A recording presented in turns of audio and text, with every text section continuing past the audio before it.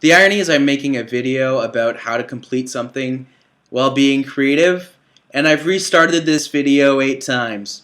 So while I'm not, as you can see, an authority on this subject, I do feel like it is something I can talk about because I've been completing a lot of stuff lately, and it feels good. Like, I know a lot of it's still rough, a lot of it still needs to go through more edits, but at least the bones are there, the solid things are there that I can use to then build up and actually make a solid thing in the future. I think the biggest thing you can do in order to actually get creative and finish something is you got to give yourself time. You got to give yourself, if not a deadline, then time every day or time every other day to be like, hey, I'm going to sit down and I'm going to focus on this, because the longer you leave something, the less likely you are to get back to it. Like the story I'm working on right now, I first wrote it 5, 6 years ago, and going back to it now, I'm looking at it with completely fresh eyes and being like, wow, there's so much more I can do with this, and I'm taking it further, and I'm going further than I did. But because I had something that was completed in the first place, it makes it very easy to go in and be like, hey, this can be expanded, I can do more with this, I'm going to have more things here. And it's good, because as long as I'm going back and I'm actually taking care of things, everything's kind of working away from it. But a big part of that is because I also took time to like walk away from something and be like, hey, I haven't worked on this for 5 years, and that's okay. Like when you're doing something, one of the things, this is something called paint night. That's why I have all these paintings around.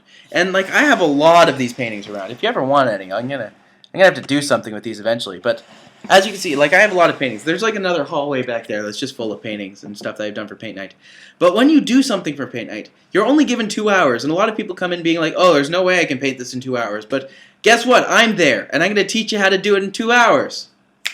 It's good. It's a good thing. When you're doing something like this, with paint night, I'm there to teach you how to do it step by step. But the one thing I always say to people is don't get bogged down in the details.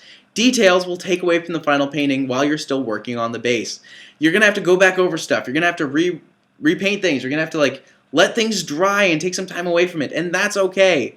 The important thing is when I'm doing a paint night is I'm making sure that everyone's getting the same steps at the same time. But also when you're doing something is I want to make sure that you're focused on the big picture. When you take a step back from something and look at it from a distance, it will look very different than you think it does. And that's good, because nothing you're creating is going to look exactly like you want it to.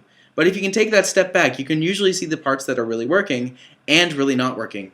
And finally, the other thing I would say for this is always make sure that you have someone who can hold you accountable. I'm very lucky to have such a strong support structure behind me, because it means I can go out and talk about this stuff, because I'm actually doing stuff and I actually have things that people are reading, and I have more desire to, the more I write, the more I get feedback from people, and the more I want to write more. So it's this really beneficial circle where I'm just like, yes, this stuff is worth revisiting, yes, this stuff is worth doing, and it feels good to be able to do it. So if you don't have someone to hold you accountable, find a writer's group or find a partner or someone else who you can challenge you, who can actually find time to get together and write together, because it's always a good thing, and it's always, the more creative one person is, the more they actually encourage other people around them to be creative. So it's good. But the biggest thing with this is always like when you're doing something, it's probably not going to come out perfect on the first gate, and that's okay.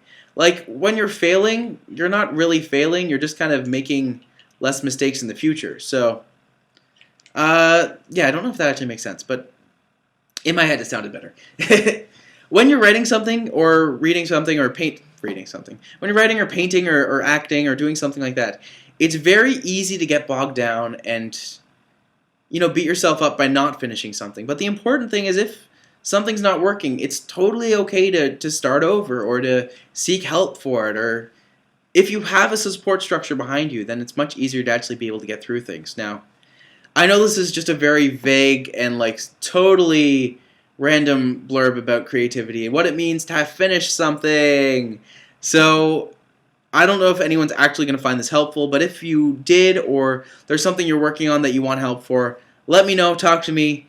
I'm not here to be a creative, this is what you should do, but I do want to make sure that we're all working together on something, because I don't feel like it's fair for one person to just talk at someone else and, you know, expect that to be a conversation. No, you should always have space, and if you need help or talking to, I don't know, if you need someone to talk to about creative stuff, let me know, because I'm always happy to work through things with people. And yeah, if we're all working together on something, that's can only lead to good things. So thanks for watching, And hopefully I will see and talk to you soon. In the meantime, like it if you like it, subscribe if you can, because it really helps me out and I can do stuff with that. But as it is, thanks for watching, and I'll see you soon.